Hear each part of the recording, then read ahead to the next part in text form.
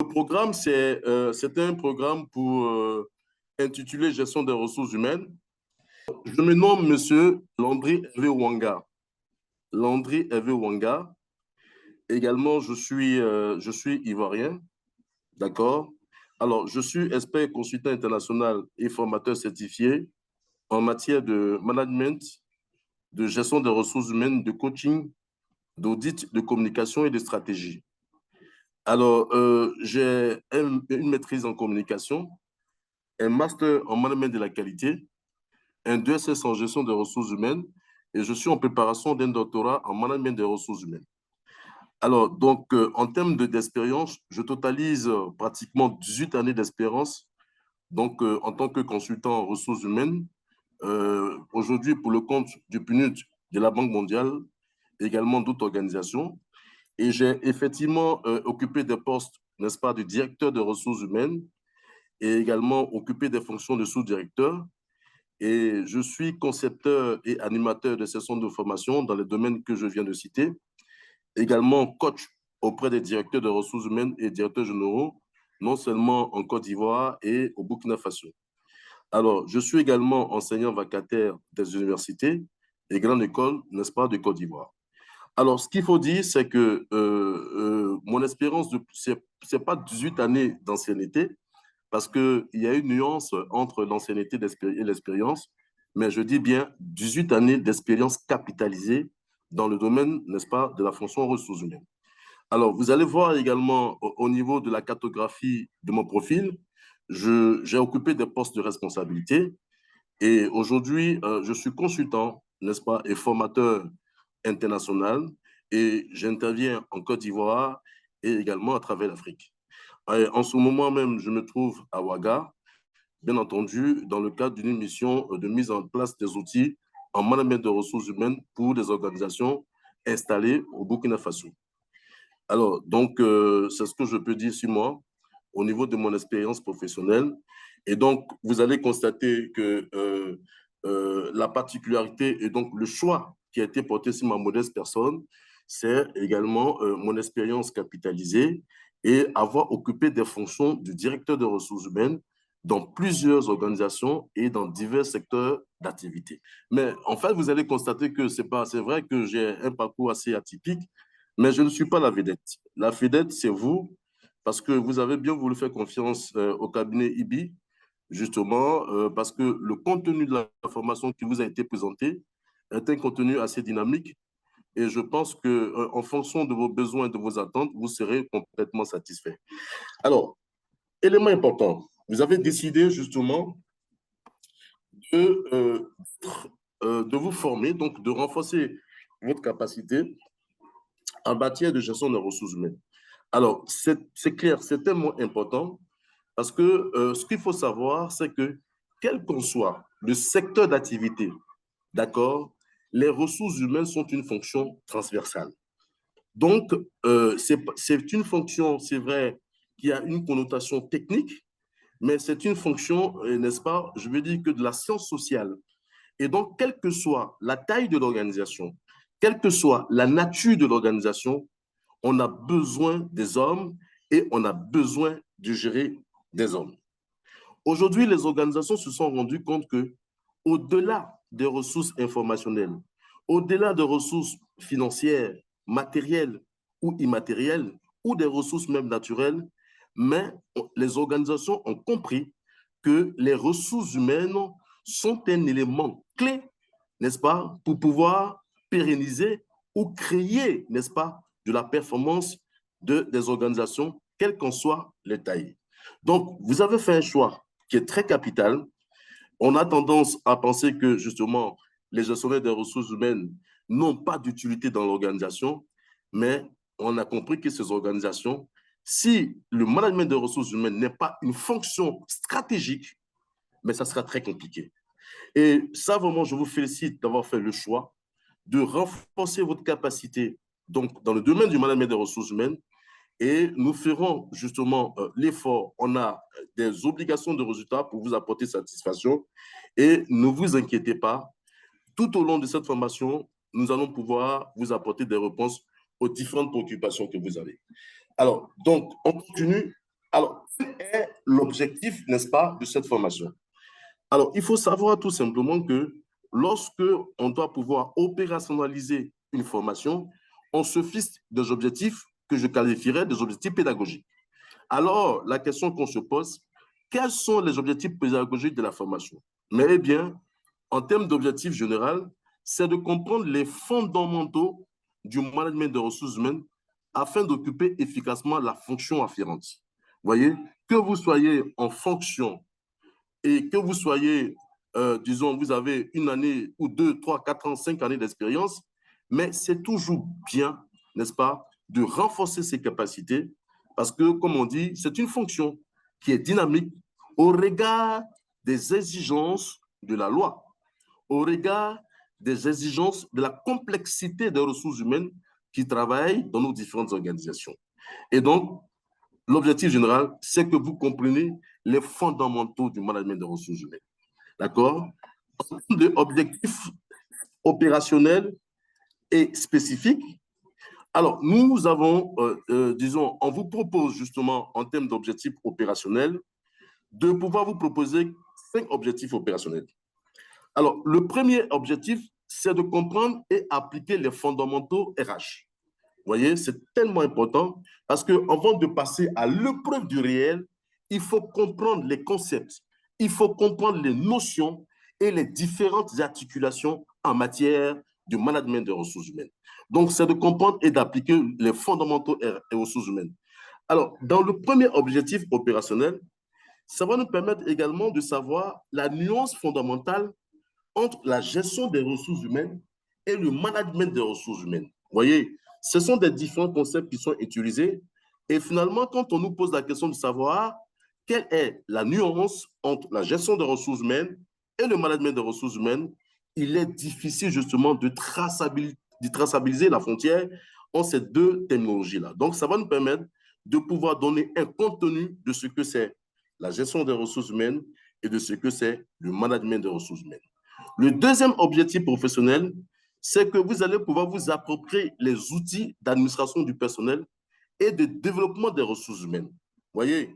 Donc, déjà, quand je parle d'outils, c'est que cette formation, la particularité de cette formation, c'est qu'en plus, justement, de la formation théorique, mais vous aurez des outils, d'accord? Des outils, soit en fichier Word, en fichier Excel. Alors, c'est tellement important parce que je vous assure que participer à cette formation, c'est d'abord comprendre les concepts, mais également avoir des outils, des templates, des kits qui vous permettent justement, lors du déroulé de la formation, de recevoir systématiquement des outils, des méthodes, des techniques qui vont vous permettre, n'est-ce pas, d'être directement et efficacement opérationnel à votre poste de travail. Donc, ce n'est pas une formation théorique, c'est une formation, c'est vrai, théorique en premier escalier, mais en second escalier, c'est qu'à chaque module de formation, à chaque chapitre, vous aurez des outils afférents. Vous comprenez? Et donc, vous n'avez pas besoin de vous emmerder. Alors, celui qui va suivre la formation, non seulement il a la définition des concepts, mais il a les outils, n'est-ce pas? Que ce soit au niveau de l'administration du personnel, qu'au niveau du développement des ressources humaines, des kits en matière d'outils qui vont lui permettre d'être efficacement, d'accord, d'être professionnel à son poste de travail. Alors, le troisième objectif opérationnel, c'est que vous arrivez à développer une approche humaine et stratégique. Vous allez comprendre qu'au-delà des ressources que je viens d'indiquer, mais les ressources humaines sont également une fonction hautement stratégique. D'accord? Parce qu'il faut noter, et ça c'est très important de le révéler, qu'aujourd'hui, les ressources humaines sont devenues de plus en plus complexes. D'accord? Ils sont devenus tellement complexes que quelqu'un, quand il ne se sent pas bien dans une organisation et qu'il est sûr de son potentiel et qu'il est sûr de ses compétences à la fois techniques et comportementales, il peut démissionner même s'il n'a pas trouvé du travail. Vous comprenez? Alors, si l'entreprise doit se retrouver dans une situation où on a des départs volontaires, où on a des départs qui nécessitent justement une rupture définitive de contrat, mais l'organisation n'aura pas la latitude, la possibilité, non seulement de détecter des salariés à haut potentiel des talents, ils vont tous partir. Est-ce que vous comprenez? Et souvent, vous êtes dans des secteurs d'activité à haute concurrence.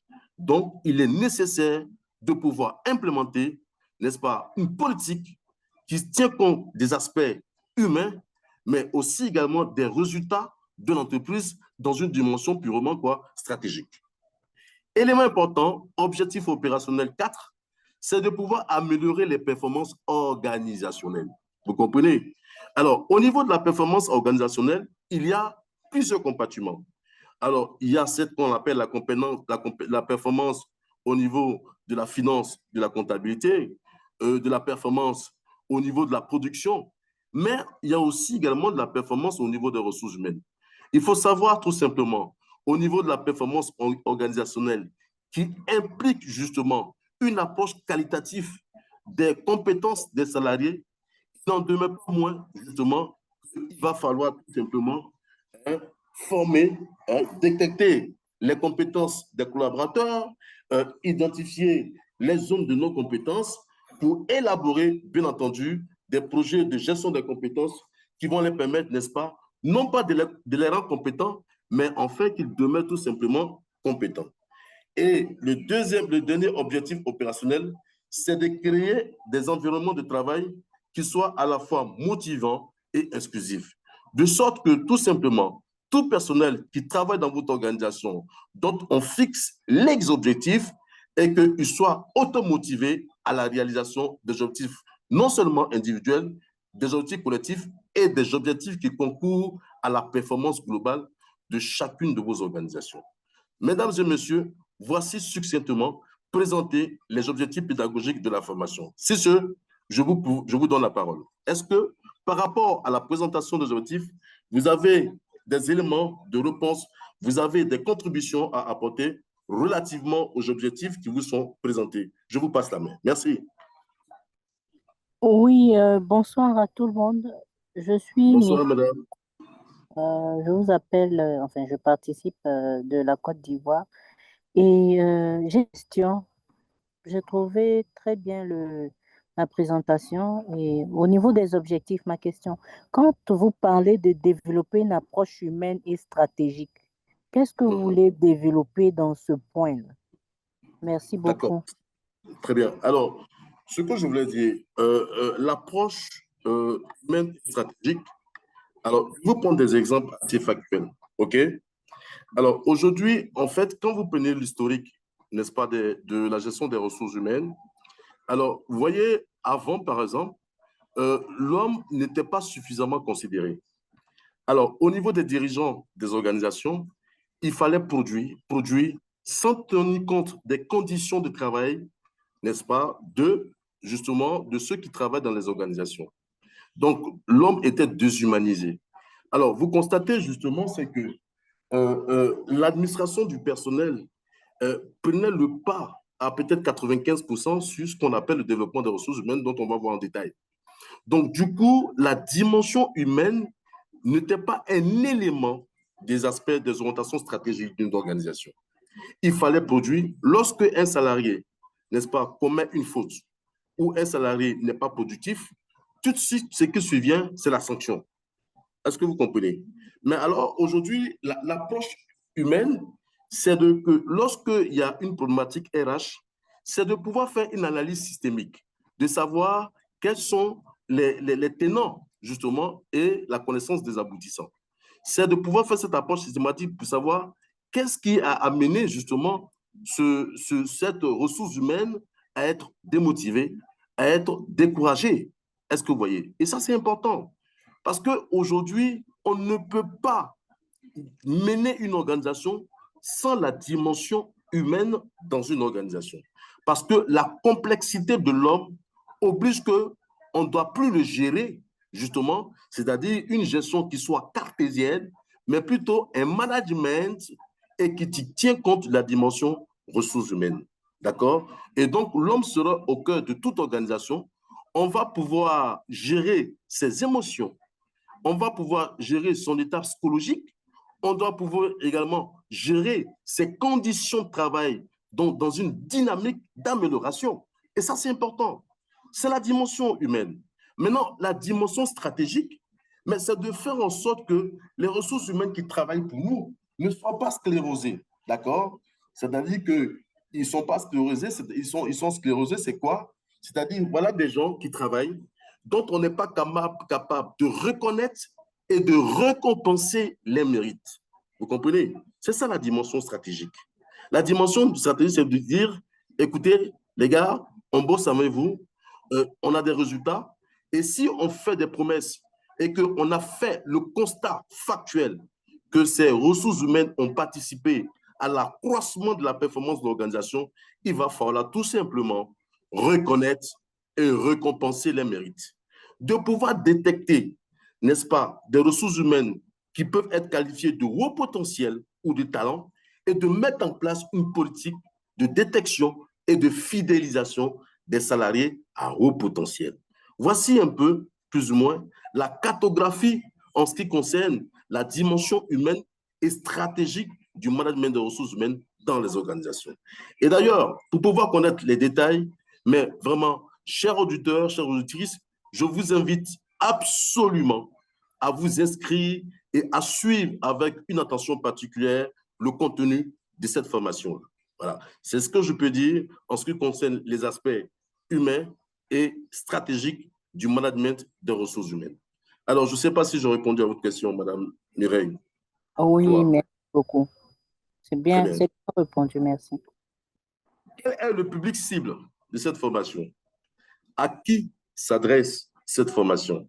Alors, il faut savoir que cette formation s'adresse à des responsables des ressources humaines qui souhaitent renforcer leurs compétences et adapter des pratiques innovantes et créatives. C'est très important. Parce que, d'abord, c'est vrai qu'on a une fonction, on a une formation de base en management des ressources humaines. On occupe une fonction de responsable. Et donc, c'est important justement de pouvoir renforcer ses capacités parce que c'est une fonction qui est tout simplement dynamique. Le deuxième public, c'est les dirigeants de PME. Alors, ces dirigeants de PME qui, justement, veulent comprendre la fonction RH. Et la compréhension RH va nécessiter obligatoirement la structuration et la professionnalisation du management de leurs ressources humaines. Vous voyez, alors les gens, généralement, quand ils sont dans les PME, ils ont le sentiment que, en fait, les contraintes des ressources financières sont un obstacle à la mise en place d'une politique de ressources humaines. Mais non, mais non. Alors, cette formation va vous permettre, justement, en tant que dirigeant ou en tant que manager de petites et moyennes entreprises, de savoir qu'on peut être une petite organisation, une petite structure et mettre en place un mécanisme qui permet justement que même si les gens ne sont pas suffisamment bien payés, mais qu'ils soient automotivés à la réalisation, n'est-ce pas, des objectifs de performance.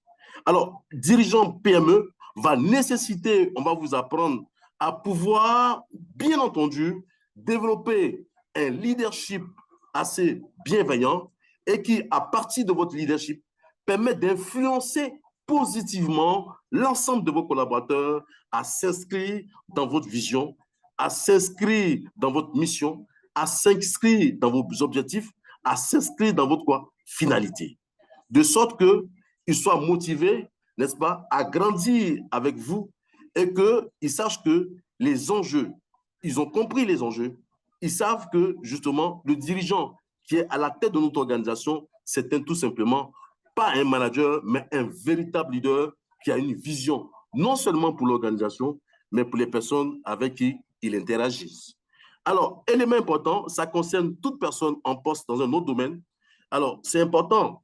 Je peux avoir une formation de base en ressources humaines et que je n'ai jamais exercé dans la fonction, ou tout simplement, j'ai un autre diplôme, donc j'ai exercé la formation, mais je veux soit une reconversion totale, ou tout simplement avoir des compétences complémentaires en management des ressources humaines qui fera de moi un véritable, n'est-ce pas, manager efficace. Donc, vous ne pouvez, soit vous n'avez pas du tout de compétences ou une formation de base en matière de gestion des ressources humaines, mais eh bien, ça sera l'occasion, justement, de pouvoir non seulement, disons, bénéficier des compétences en matière de management des ressources humaines et de créer un mode opératoire qui permet d'opérationnaliser les acquis, n'est-ce pas, de cette formation-là.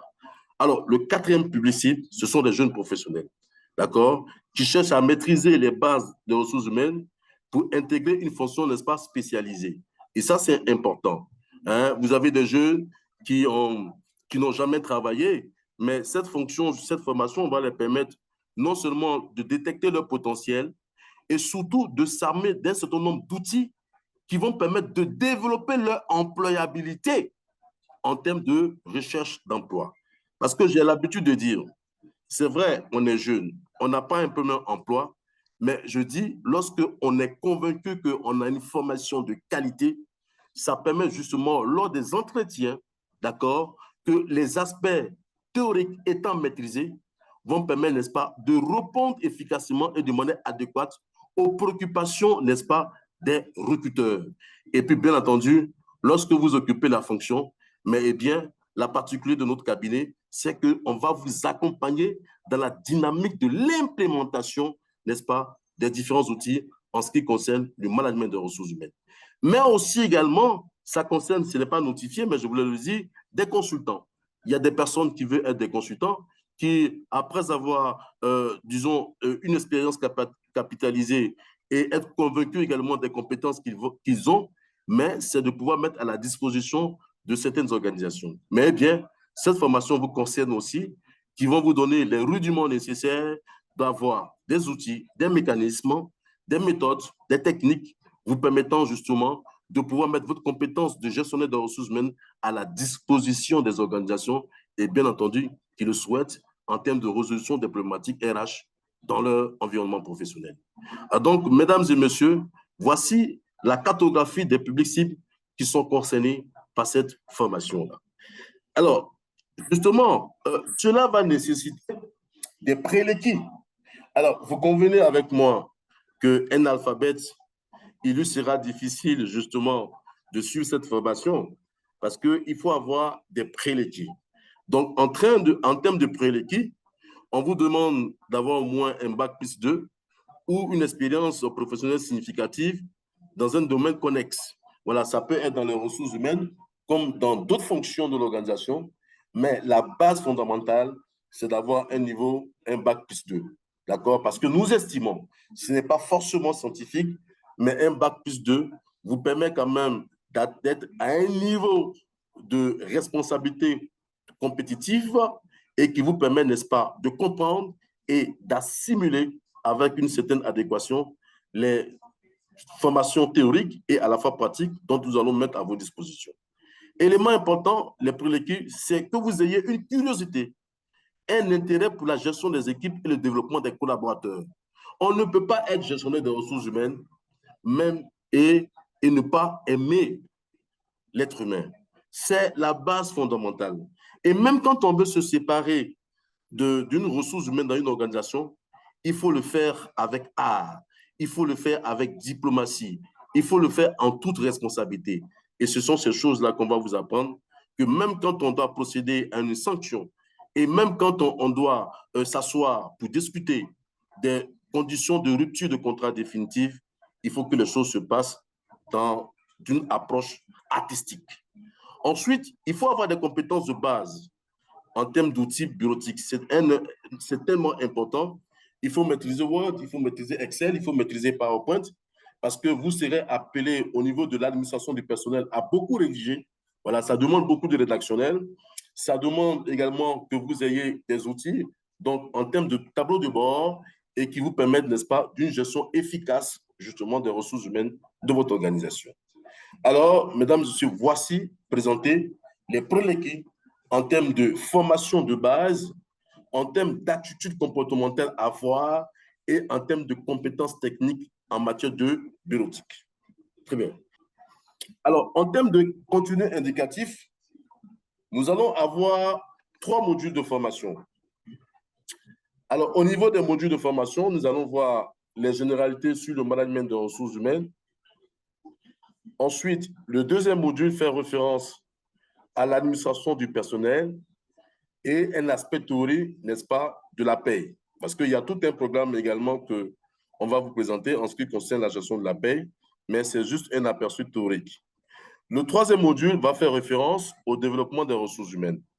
Alors, donc, voici 3 modules dont en 40 heures, nous aurons des obligations de résultats pour échanger, pour transmettre à la fois un support de formation qui sera arrimé des outils afférents à chaque module de formation.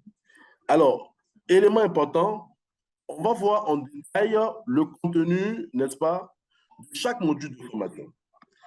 Eh bien, au niveau des généralités du management de ressources humaines, en termes de contenu, on verra l'histoire des ressources humaines, la définition des ressources humaines, les missions, les activités et les tâches du management des ressources humaines.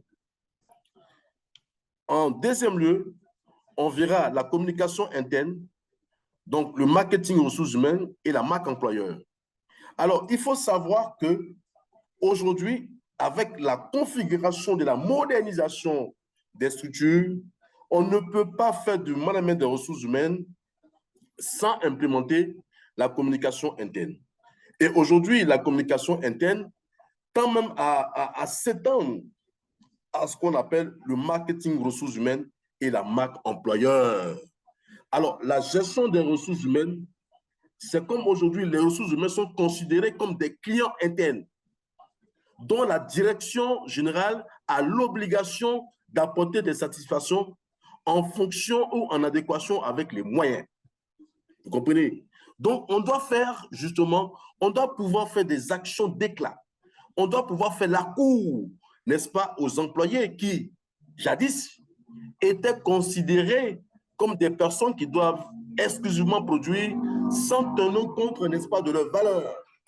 Mais aujourd'hui, on se rend compte qu'en Suisse, n'est-ce pas, de la communication interne qui permet la circulation des informations et également le marketing ressources humaines qui permet justement de considérer les ressources humaines comme des clients internes et de développer une image en termes de marque employeur. Vous comprenez? Mais la marque employeur, c'est quoi? Mais c'est qu'aujourd'hui, il y a des organisations, on a tous envie, n'est-ce pas, d'être des salariés des organisations.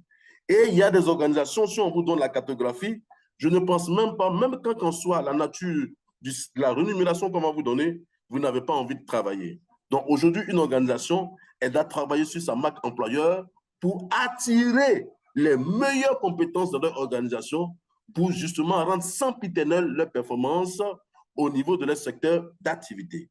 Ensuite, on parlera de la digitalisation de la fonction ressources humaines. La fonction ressources humaines doit être une fonction digitalisée.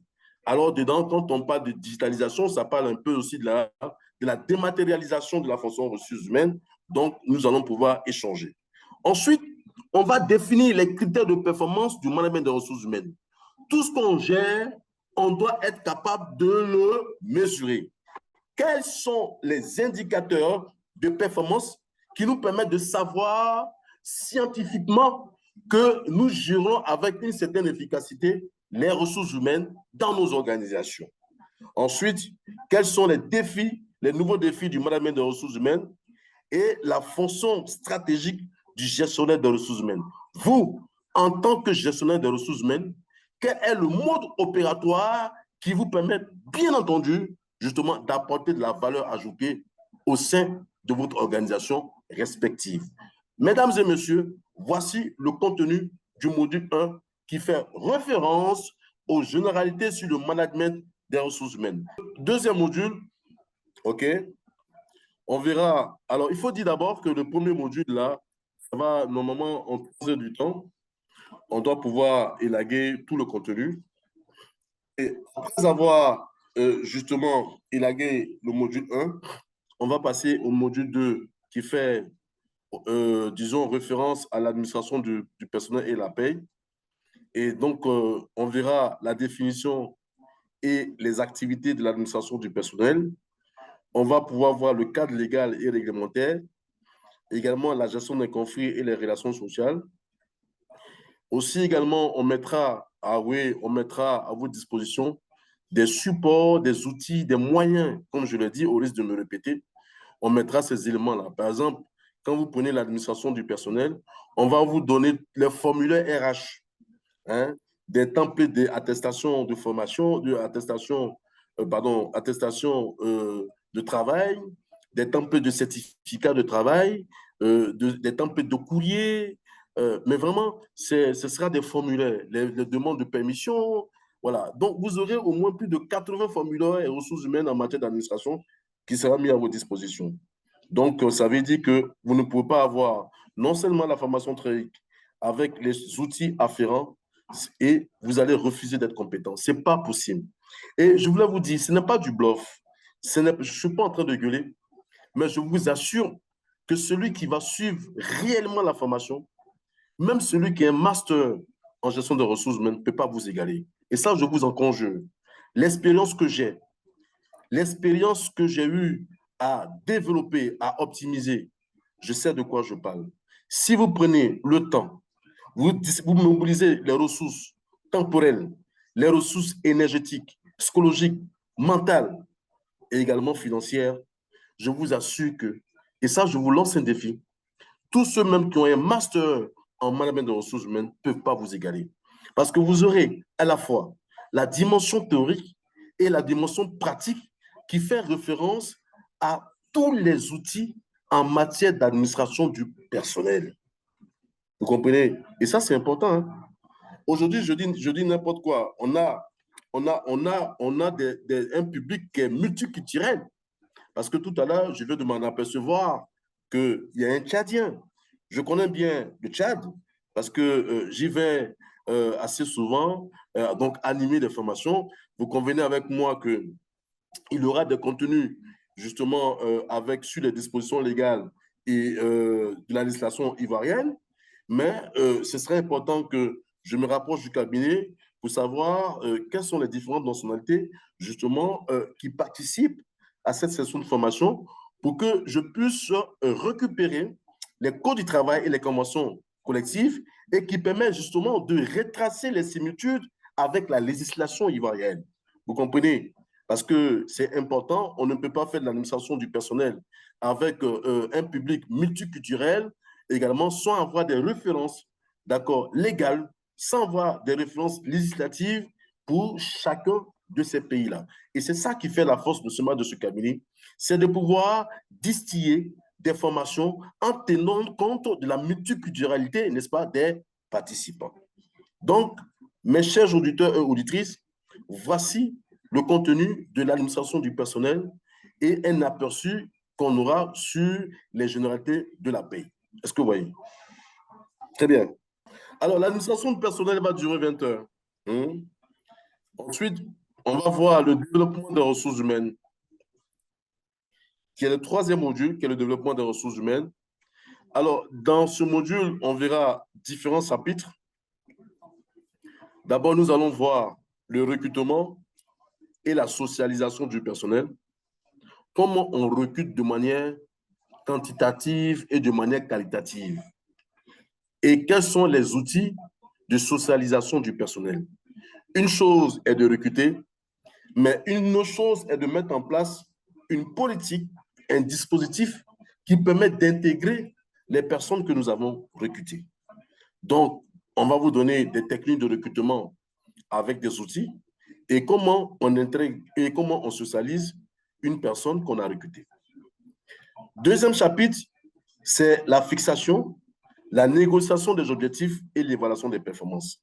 Comment on fixe des objectifs SMART, comment on les négocie et qui vont amener les collaborateurs à s'auto-motiver à la réalisation des objectifs et comment on va évaluer les performances des collaborateurs. Et quand je parle du système d'évaluation, c'est comment évaluer objectivement les collaborateurs. Et ça, c'est important. Mais je vous assure, ce module-là, il est extraordinaire.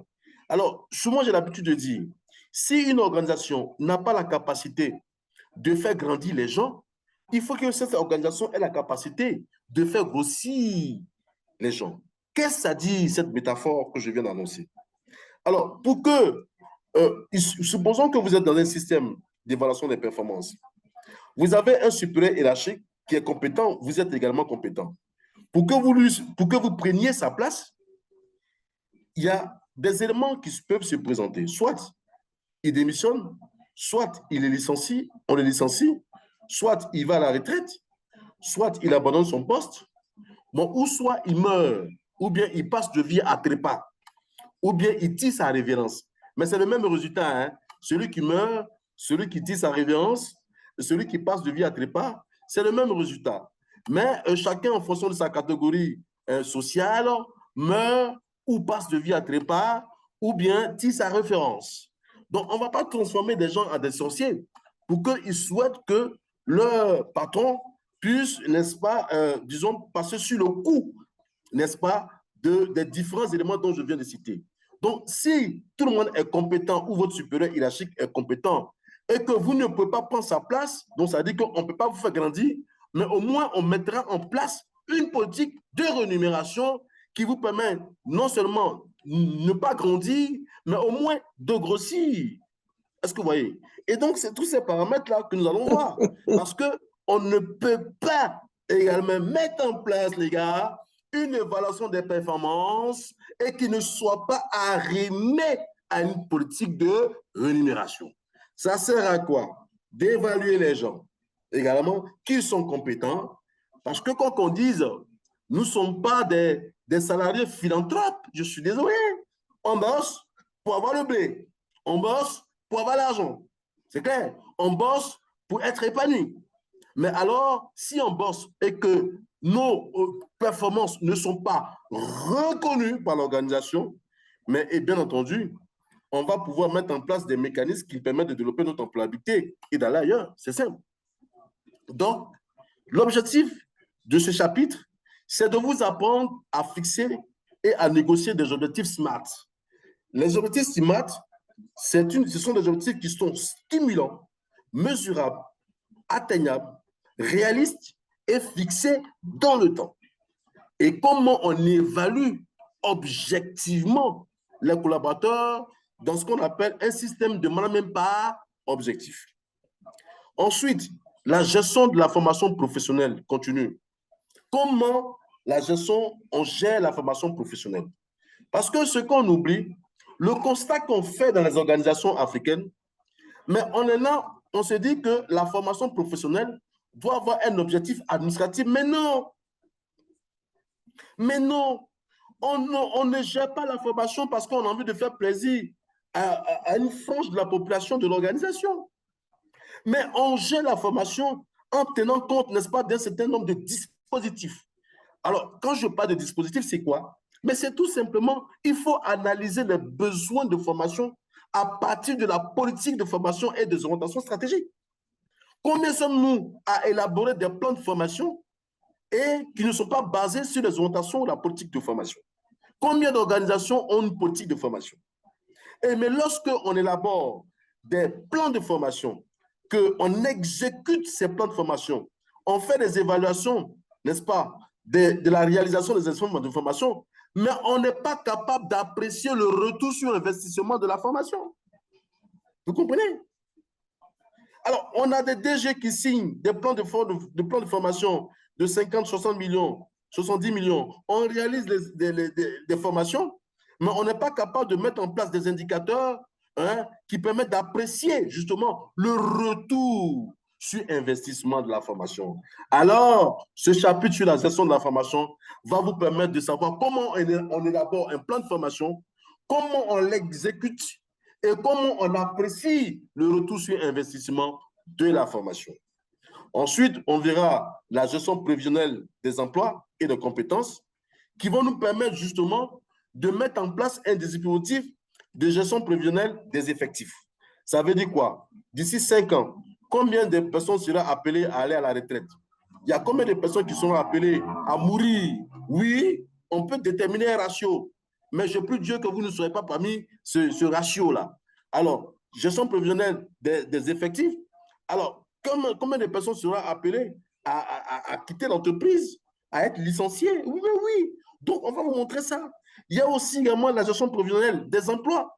Dans 5 ans, dans votre organisation, en fonction de votre secteur d'activité, quels sont les emplois que vous allez créer? Quels sont les emplois qui seront appelés à disparaître? Quels sont les emplois qu'on va renforcer? Ça, c'est la gestion prévisionnelle d'emploi. et la gestion prévisionnelle des compétences. C'est-à-dire dans 5 ans, quelles sont les compétences dont on aura besoin dans 5 ans dans votre organisation? Est-ce que les compétences actuelles peuvent soutenir les compétences de demain? Sinon, non, plan de formation.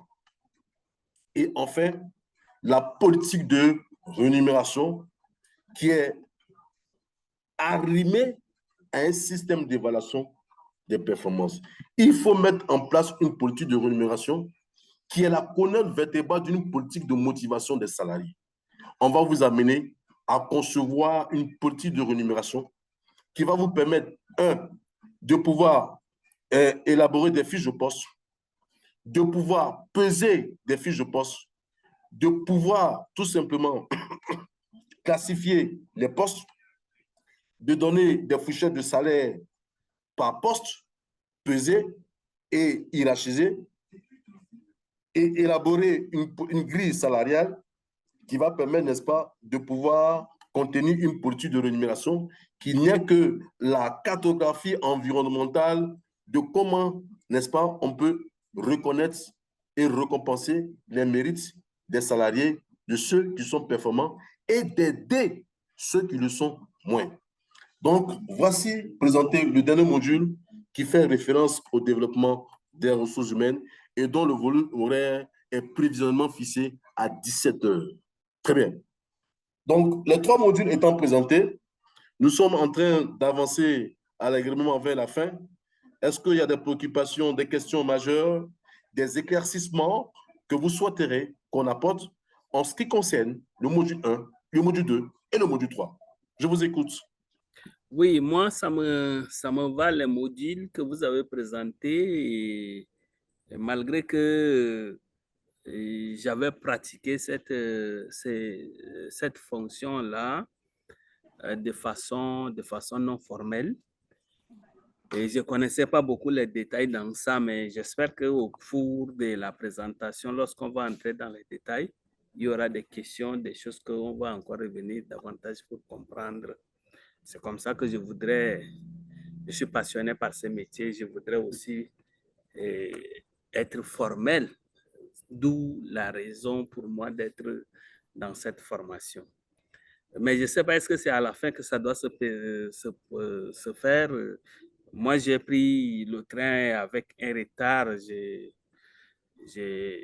ne vous connaissais pas bien. Si vous pouvez vous présenter à la fin de cette formation. Et vous nous avez rassuré que si nous avons pris au sérieux cette formation, moi je résume comme ça, et même celui qui a le master en RH ne peut pas nous égaler.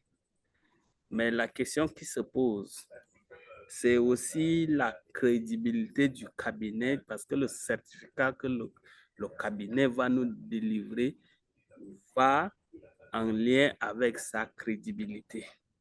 Donc, c'est ça. Si le cabinet peut nous rassurer de sa crédibilité, de l'importance de son cabinet, de son certificat, ça va me renforcer encore davantage la confiance. Voilà, c'est ça ma préoccupation. Merci. D'accord. Alors, Monsieur Alarabaye, vous allez avoir le plus grand consultant formateur du monde qui va vous donner une formation. Mais si vous la prenez avec légèreté, vous ne pouvez pas atteindre les objectifs pédagogiques. C'est clair. C'est clair. D'accord? Alors, souvent, ce que je dis, moi, je suis très, très anglophone dans la tête. Et vous savez pourquoi? Parce que la certification qu'on donne, je le dis tous les jours, c'est une présomption de compétence. Ce n'est pas la compétence.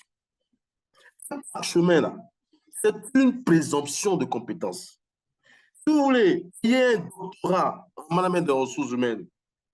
Mais si vous ne savez pas opérationnaliser vos connaissances, mais je suis obligé de vous le dire, c'est dommage. Parce que nous, on est convaincus de l'approche qualitative des formations et des outils qu'on va vous donner. Maintenant, on vous le donne. Mais qu'est-ce que vous en faites? Donc, c'est plutôt nous qui avons peur par rapport à notre réputation. Parce que nous, on est convaincus. On a démontré dans des organisations, donc à travers l'expertise que nous avons en tant que consultants internationaux, On a fait nos preuves. On anime des formations. Le cabinet m'a donné l'opportunité également de conduire les entreprises avec succès. Mais ce qu'on vous donne, qu'est-ce que vous en ferez? Mais nous, on a peur. On a peur. Parce que la réputation de notre cabinet dépend aussi également de la prise de conscience en termes de participation. Parce que je tenais à vous le dire, parce que vous ouvrez une MICAN, il y a un taux de participation à la formation. Si vous n'atteignez pas ce taux de participation, mais nous serons dans l'obligation de ne pas disponibiliser le diplôme. Vous comprenez? Donc, on va vous communiquer la charte de bonne conduite pour que également les engagements réciproques soient respectés. Vous comprenez? Soient respectés. Donc, moi, je ne vous rassure pas, mais c'est moi plutôt qui ai peur que vous participiez à 10%, à 20% de la formation et que vous disparaissiez après, et après vous en réclamez un parchemin, vous en réclamez un certificat. Mais eh bien, on sera obligé justement, d'accord, de prendre l'avion et d'aller à Rome et de se mettre dans le siège également pour savoir s'il y aura une fumée blanche ou bien une fumée noire. Vous comprenez? Donc, c'est clair. C'est moi qui ai peur. C'est M. Landry Hervé Wanga qui a peur.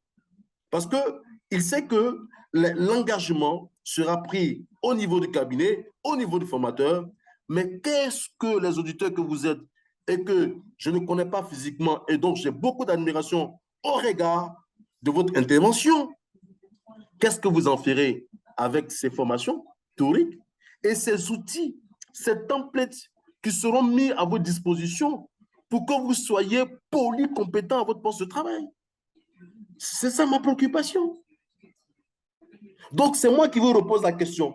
Est-ce que vous prenez l'engagement, d'accord, d'aller au bout avec nous, de pouvoir commencer l'aventure et d'arriver à Golgotha? C'est ça. Est-ce que vous pouvez me rassurer? Merci beaucoup, le formateur. Moi, je vous ai dit que j'avais pratiqué cette fonction-là, ce métier-là de façon informelle. Parce que j'avais une formation qui est en dehors des RH, mais j'avais fait cette fonction-là. Donc, je suis passionné. J'ai l'amour de ça et quand j'ai opté pour ça, soyez rassurés que je suis déterminé, je vais aller jusqu'au bout. Et quand je décide, j'ai un objectif, je vais y arriver. Demandez même au cabinet, parce qu'avec celui auquel on échangeait, c'est moi qui le demandais la tenue de cette formation. Ce qui prouve déjà mon engagement, ma volonté d'y participer. Oh. Donc, ma question, ça me tenait à cœur. Ça me tenait à cœur. J'ai travaillé dans d'autres missions et puis arrivé, j'ai fait ce travail et on me sollicitait beaucoup, mais je n'ai pas un papier formel qui, dans les institutions, dans les ONG humanitaires, qui peut me confirmer effectivement pour ce poste. Voilà, déjà, j'ai trouvé que ces cabinets avaient un bon programme et qu'il fallait participer, il fallait se former. En tout cas, soyez rassurés parce que j'ai vu déjà les modules, moi, ça me rassure déjà. Donc, j'ai cette volonté d'arriver à Golgotha avec vous. Très bien. Voilà, donc en ce qui concerne la crédibilité du cabinet, j'ai tout simplement parce que je vais dire que je ne veux pas être un beau parleur parce qu'il faut toujours parler avec parcimonie. Mais tout simplement, ce que je peux vous dire, c'est au pied du mur qu'on voit le vrai maçon. D'accord? Ne vous inquiétez pas quant à la crédibilité du cabinet. Non, ne vous inquiétez pas. Je dis, c'est moi plutôt qui suis inquiet. Et nous également, on va vous exhorter. Parce que souvent, j'ai l'habitude de dire que souvent, les gens ne terminent pas des formations. Ce n'est pas une question de manque de conscience. Non, pas du tout. Mais souvent, des contraintes familiales ou professionnelles peuvent nous y empêcher. Est-ce que vous voyez? Donc, nous, l'équipe pédagogique qui est derrière le cabinet va vous exhorter. Si d'ici un jour ou 2 jours, on n'a pas de vos nouvelles, on va vous appeler pour savoir est-ce que vous avez un problème. Mais en tout cas, toutes les dispositions pédagogiques, toutes les dispositions psychologiques, toutes les dispositions mentales seront prises pour que vraiment, et que également dans l'animation de la formation, que ce soit une animation qui vous exhorte à toujours vouloir m'entendre et à revenir m'écouter parce que on discute de très belles choses et que ce qu'on a dit, c'est ce qu'on a fait, ce qu'on a promis, c'est ce qu'on a respecté. Est-ce que vous voyez? Donc, je pense que la crédibilité du cabinet ne sera pas mise en doute. Toutes les dispositions seront prises. Ce qui a été dit, ce sera également ce qui a été fait.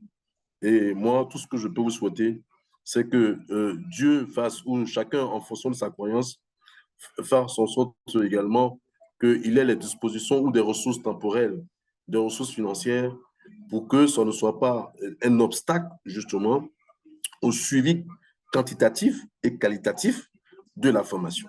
Voilà, c'est ce que je peux dire sur ce sujet, M. Alarabeï. Alors, il y a d'autres interventions? Oui, bonsoir, monsieur. Monsieur Wanga, oui, bonsoir. Non, c'est monsieur Jeff Kanye. Ok, d'accord. Déjà, je tenais à vous remercier pour ce cours magistral dont vous avez la maîtrise. Et aussi, j'aimerais revenir sur la préoccupation de monsieur Magloire parce qu'en réalité, ce qu'il a dit est quand même très important. Pour moi, comme ça qui suis en Côte d'Ivoire, on a une panoplie de cabinets. Une panoplie de cabinets parce que déjà, pour pouvoir faire la formation RH, j'ai eu à prendre des renseignements en ligne et tout. Il y a une panoplie de cabinets qui s'offrent à nous, qui se présentent à nous. Et on a tendance ici à voir des cabinets ci et là. Et je ne vous le fais pas dire, vous n'êtes pas sans savoir aussi que ces derniers temps, il y a beaucoup de faux qui se font. Quand je dis il y a beaucoup de faux, je veux dire que ça soit dans des administrations, que ça soit même dans le boulot, dans le travail qui est effectué, il y a beaucoup de choses, il y a beaucoup de tard.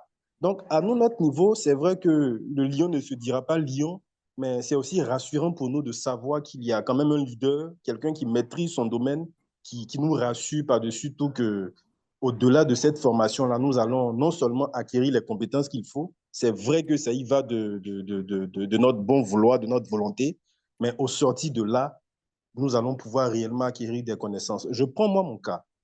Je suis de formation comptable et j'ai voulu faire une reconversion en ressources humaines. Pourquoi? Parce que de facto, c'est ce qui ressort. Dans le travail que je fais, je suis seul à mon poste, mais plus d'une personne m'ont fait savoir que, mais attends, qu'est-ce que tu fais à la comptabilité? Pour la manière dont, je vais dire, de la façon dont j'arrive à gérer tout ce qui est en griffe ressources humaines, tout ce qui est humain. Donc, c'est ce qui est ressorti plus d'une fois. Et au-delà de mes recherches, j'ai fini par savoir que certes, c'est une formation de comptable que j'ai, mais par derrière, il y a cet amour-là pour les ressources humaines. Donc, après mes recherches, je suis tombé sur plein de cabinets. J'ai hésité même avant de me lancer. Il y a d'autres qui m'ont même proposé je veux dire, d'avoir des diplômes. Après, j'ai trouvé que ça allait peut-être être une perte de temps. Vous m'excusez pour le thème. Mais après, j'ai continué mes recherches jusqu'à ce que je tombe aujourd'hui. Malheureusement, je vous ai pris en cours de route parce que j'étais dans les bouchons. Donc, c'est tout à l'heure que j'ai pu me connecter et puis j'ai tenu en toute franchise à suivre quand même. J'ai tenu, même si j'étais arrivé en retard, mais j'ai tenu à suivre la formation et puis en savoir plus. Donc, pour vous qui êtes en même temps un leader, qui êtes aussi coach, ma question, c'est de savoir pour moi, mon cas typiquement, est-ce que votre formation est adéquate pour moi? Est-ce qu'au-delà de cette formation, il n'y aura pas peut-être d'autres prérequis ou bien d'autres acquis que je devrais avoir? C'est vraiment ma question et c'est aussi mon inquiétude. Pour quelqu'un qui décide de faire une reconversion, est-ce qu'à la sortie je veux dire, de votre formation, je pourrais me prendre en charge? Est-ce que je pourrais aboutir même, voilà, à qui sait, à avoir un emploi dans le domaine des ressources humaines? Donc, vous allez m'excuser si j'ai été un peu long, mais ce sont mes différentes questions, en fait. D'accord. Monsieur Jeff Régis Kanye, alors, je vous ai écouté religieusement, d'accord? OK. En fait, c'est bien dommage que peut-être que vous n'avez pas participé au début, justement, de la présentation de cette formation. C'est ça. Mais d'abord, qu'est-ce qui fait le cadre référentiel d'un cabinet de formation? D'abord, le cadre référentiel, c'est le choix des consultants. Est-ce que vous voyez? C'est le choix des consultants. Alors, excusez-moi, ce n'est pas du lombrilisme que je vais faire, mais je me permets quand même de vous donner mon titre référentiel. Alors, je suis expert consultant international certifié. Vous comprenez? J'ai une maîtrise en communication. D'accord. J'ai un master en management de la qualité, un DSS en gestion des ressources humaines, et je suis en préparation d'un doctorat en management des ressources humaines. Je capitalise plus de 18 années d'expérience. Je dis bien 18 années d'expérience, pas d'ancienneté. Et j'ai occupé des postes de directeur de ressources humaines de plusieurs organisations. OK? Je travaille également en tant que consultant en ressources humaines pour le compte de la Banque mondiale, du PNUD. Est-ce que vous comprenez?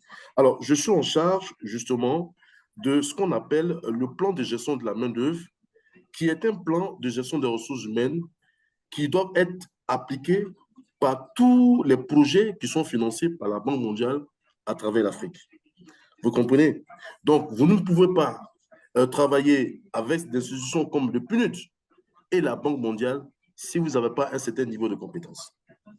La particularité de M. Wanga, c'est que M. Wanga est un consultant formateur, pas national, mais international, et qui implémente dans sa stratégie également la question de la multiculturalité. Est-ce que vous comprenez? Et donc, j'ai occupé ces fonctions. Vous comprenez?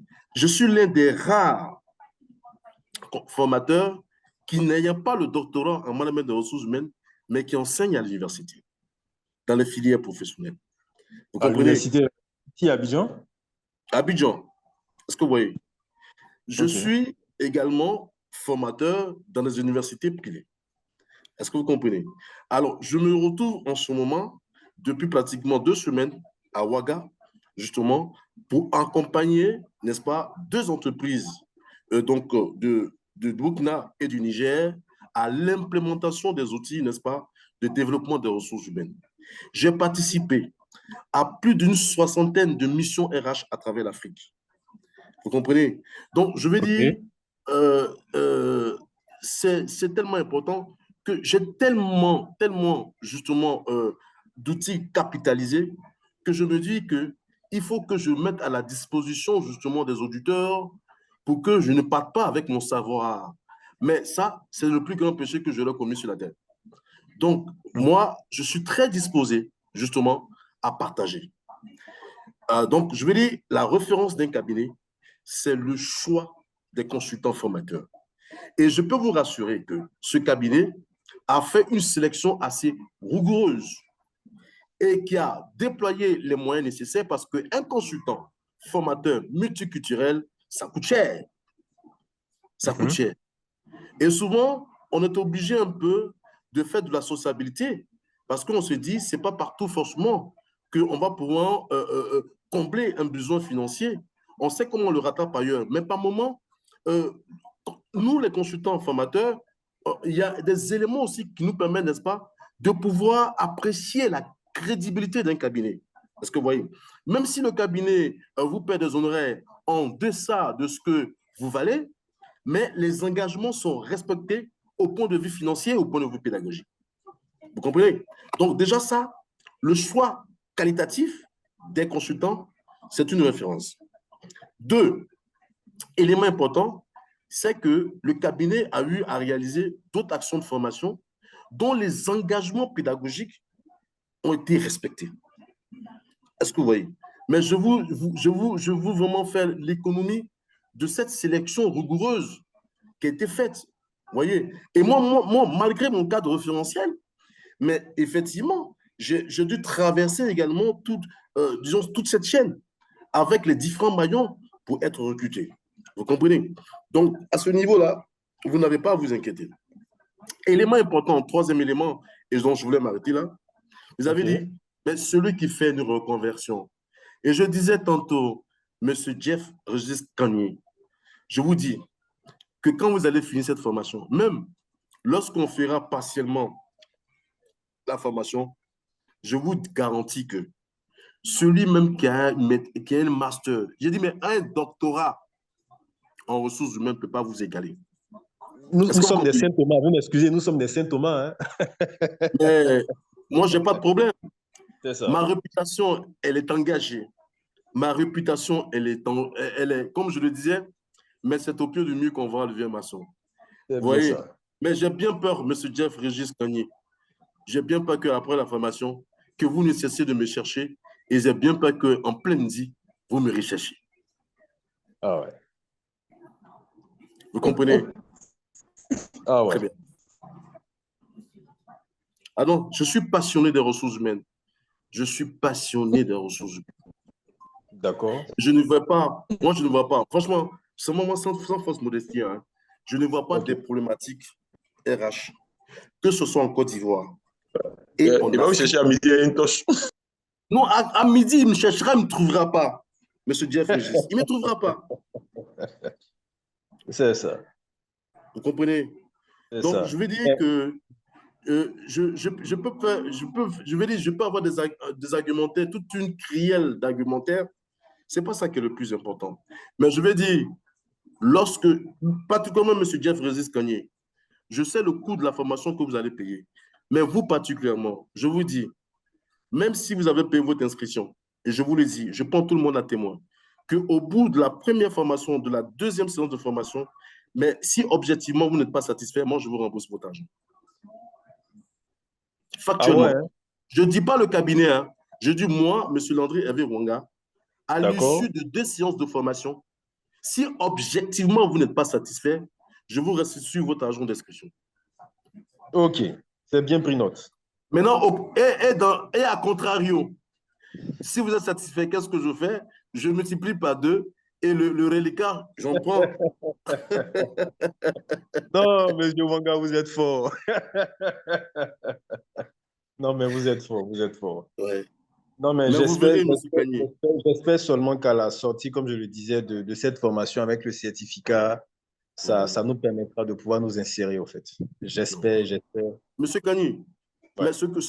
mais parce qu'on n'est pas arrivé dans la méthodologie, mais ça nous permet rapidement rapidement d'aller dans la méthodologie. Vous voyez, dans la méthodologie, regardez, hein, ce qui fait la différence. D'abord, cette formation, on va utiliser une méthode qui sera très interactive.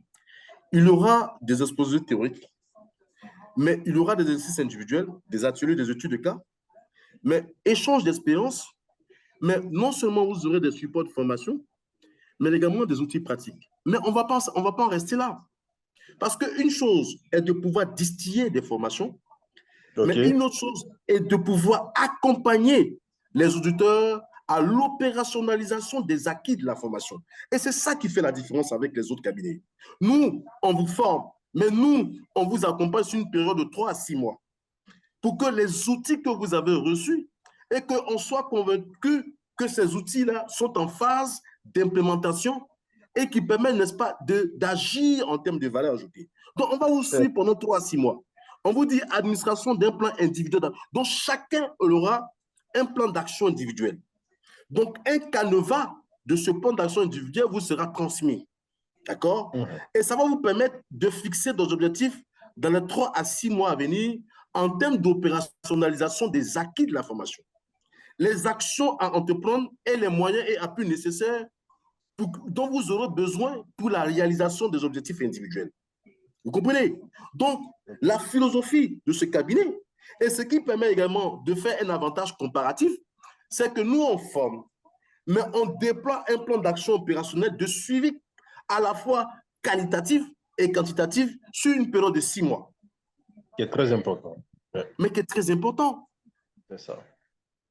Parce que quand vous aurez les outils, mais vous serez face à des contraintes environnementales, à la fois internes et externes. Mais quel argument que vous avez pour implémenter? Vous voyez? Parce que derrière tout ça, il y a un coaching en termes de leadership, en termes de vous donner des éléments qui vous permettent, n'est-ce pas, de pouvoir influencer positivement votre environnement, de savoir dire non avec une certaine diplomatie et de pouvoir argumenter justement sur des bases juridiques, sur des normes internationales. Vous comprenez? Parce que ce que vous oubliez, mais c'est que la fonction ressources humaines est une fonction qui est normée. D'accord? Donc, vous aurez toutes les normes internationales qui s'appliquent dans toute l'Afrique ou en Europe, et j'en passe, mais des normes internationales sur lesquelles vous allez vous appuyer pour pouvoir implémenter efficacement et progressivement ces outils. Vous savez combien ça coûte une norme? Vous savez? D'accord? Vous avez près de 14 normes qui vous seront données gratuitement, hein, du management de la qualité appliqué à la gestion des ressources humaines, gracieusement. Alors, monsieur Jeff Rizzi-Kagné, ça fait 3 millions de francs CFA. Monsieur Jeff Rizzi-Kagné, ça fait 3 millions de francs CFA, ces normes, qui vous seront mis à votre disposition gracieusement. La plus belle femme ne peut que donner ce qu'elle a. C'est bien ça. Je termine là. C'est au pied du mur qu'on voit le vrai maçon. Et d'ailleurs, M. Jeff Rizzi-Kagné, bien avant que la formation ne commence, je vais vous envoyer un fichier sur Excel hein, qui permet à vous, en une seule journée, de faire un diagnostic RH de n'importe quelle organisation. En une seule journée. C'est-à-dire, je dis en une seule journée, un template, un outil qui vous permet de faire un audit RH. Mais c'est simple. C'est un outil Excel qui permet de dire dans une direction ou dans un service des ressources humaines, qu'est-ce qui doit être fait en administration du personnel? Qu'est-ce qui doit être fait en gestion de la paye? Qu'est-ce qui doit être fait en développement des ressources humaines? Donc la première colonne, c'est tout ce qui doit pouvoir exister dans une structure avec un service de ressources humaines ou une direction des ressources humaines. Mais lorsque vous avez la cartographie des outils qu'une direction ou un service des ressources humaines doit avoir, qu'est-ce qu'il vous reste à faire? C'est de regarder votre organisation. Est-ce que ça existe? Oui, ça existe. On doit améliorer ou on doit valider. Ça n'existe pas. On doit pouvoir le créer. Une fois qu'on a fait ça, on a les normes et qu'on fait une analyse diagnostique, d'accord? Ça nous permet également d'apprécier des écarts et ces écarts-là qu'on va le mettre sur un plan d'action opérationnel d'implémentation, n'est-ce pas, des outils en matière de ressources humaines qui peut être au niveau de l'administration ou du développement des ressources humaines. Aussi simple que ça. D'accord. Rapidement, M. Wanga, j'aimerais savoir la formation dure combien de temps exactement? Alors, ça fait 40 heures. 40 heures. En présentiel comme en ligne? Oui, en présentiel comme en ligne. Hein? OK. Voilà. Donc, je ne sais pas, M. Kagné. Donc, on se donne rendez-vous, mais très bientôt. Et comme je dis, au risque de me répéter, mais c'est au pied du mur qu'on voit le vrai maçon. OK? Donc, je ne vais pas bâtir un édifice, OK, dont la fondation n'est pas conforme aux exigences, d'accord, disons, urbanistes, et que vous prenez l'étage et que les 24 heures qui suivent, vous vous écroulez. Il n'y a pas de souci, M. Wanga, c'est bien compris. Quels sont les avantages de la formation? Bon, comme on a dit, une formation à la fois théorique et pratique et qui est orientée vers des résultats immédiats. Voilà. Une formation dispensée par un expert international en gestion des ressources humaines. Vous aurez des supports pédagogiques modernes et des outils directement exploitables au sein de vos organisations. Et une certification reconnue qui va vous permettre de valoriser vos compétences auprès des employeurs. OK? Voici les avantages de la formation. Bon, les débouchés, vous les avez, hein? Responsable des ressources humaines, assistant aux ressources humaines senior, chargé de développement RH, consultant aux ressources humaines senior ou junior. OK? Voilà. Et donc, voici le programme logistique dont on va pouvoir s'accoder, justement, en termes d'opérationnalisation. Donc, mesdames et messieurs, auditeurs et auditrices, ainsi prend fin, justement, la présentation de notre programme de gestionnaire des ressources humaines.